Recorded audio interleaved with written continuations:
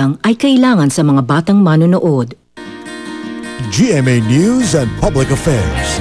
Walang kinikilingan, walang pinoprotektahan, walang kasinungalingan, serbisyong totoo lang.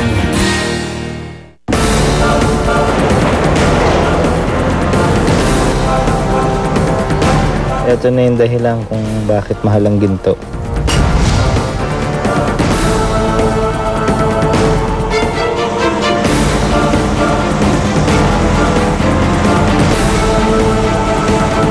Sundan natin itong mga truck na ito, no? Tignan natin kung saan nila dadalhin ito ngayon.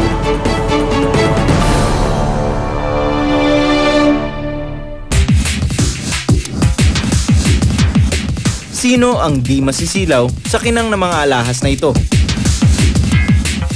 Sa taglay nitong ganda, marami ang gugustuhin makuha ang mga ito. Paminsan-minsan lang ako bibisita ng jewelry shop pag may occasion kami ng misis ko, no? Ano po ba yung pinaka mabenta niyong mga products dito?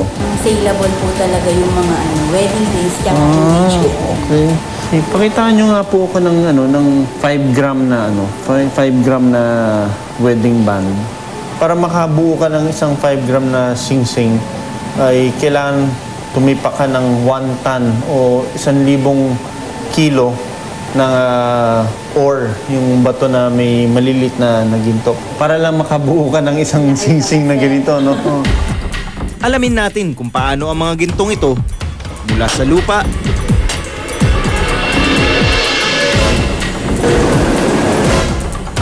ay napupunta sa merkado.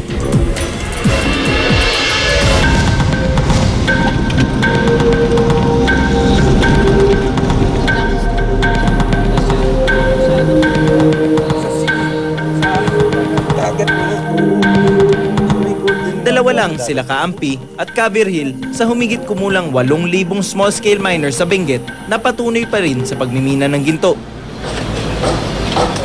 At the same time na ginaganan mo yan, sinisik mo yung sample pan para mag-settle talaga yung ganyan. Oo.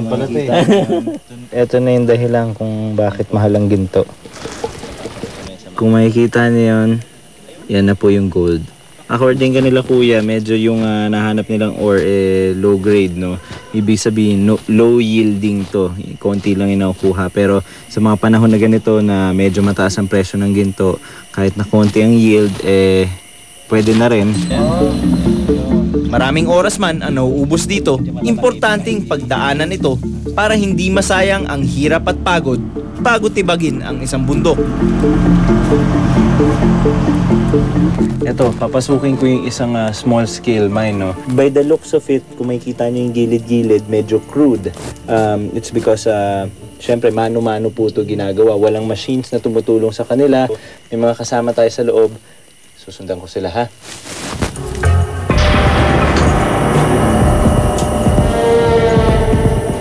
Makikita nyo dito sa paligid ko. Talagang parang cave nga siya, hindi siya mukhang mina.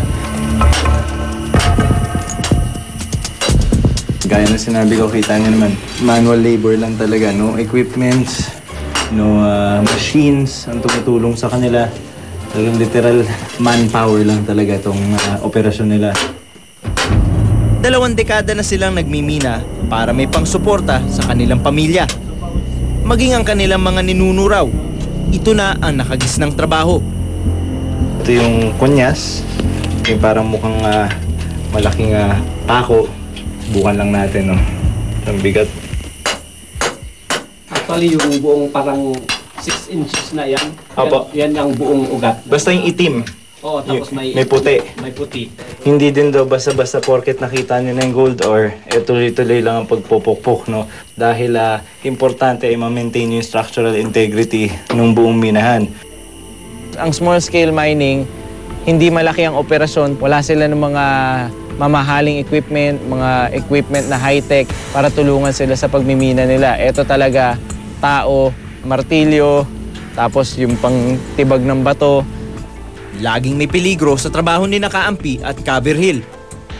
Maaari kasing gumuho ang lupang kanilang minimina at matabunan sila. Gaya na lang na nangyari sa Mindanao noong Enero. Sa Compostela Valley, isang malaking landslide ang nangyari sa lokasyon ng small-scale miners. Mahigit 100 minero ang nabaon ng buhay dahil dito. Eto, talagang they were sticking with tradition. They even practice yung kapag may namatay, walang papasok sa minahan. Tama na. So ito yung panggiling nila para yung gold ores mapino, no? Okay, so ngayon, ano to pong ginagawa ni nanay? So, parang hinuhugasan muna. Inaalis yung parang maputik.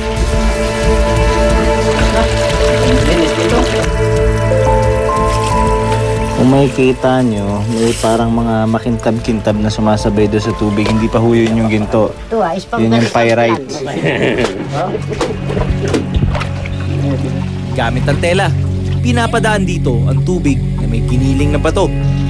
Sinasabing mabigat ang mineral na ginto, kaya bumababa habang umaagos ang tubig.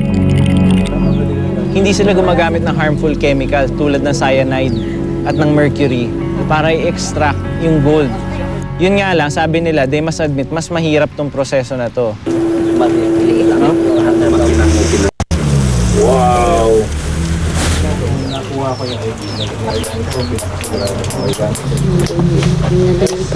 Ito na po ang finished product. Alamin natin kung gaano kabigat tong ginton to. So, 0-0.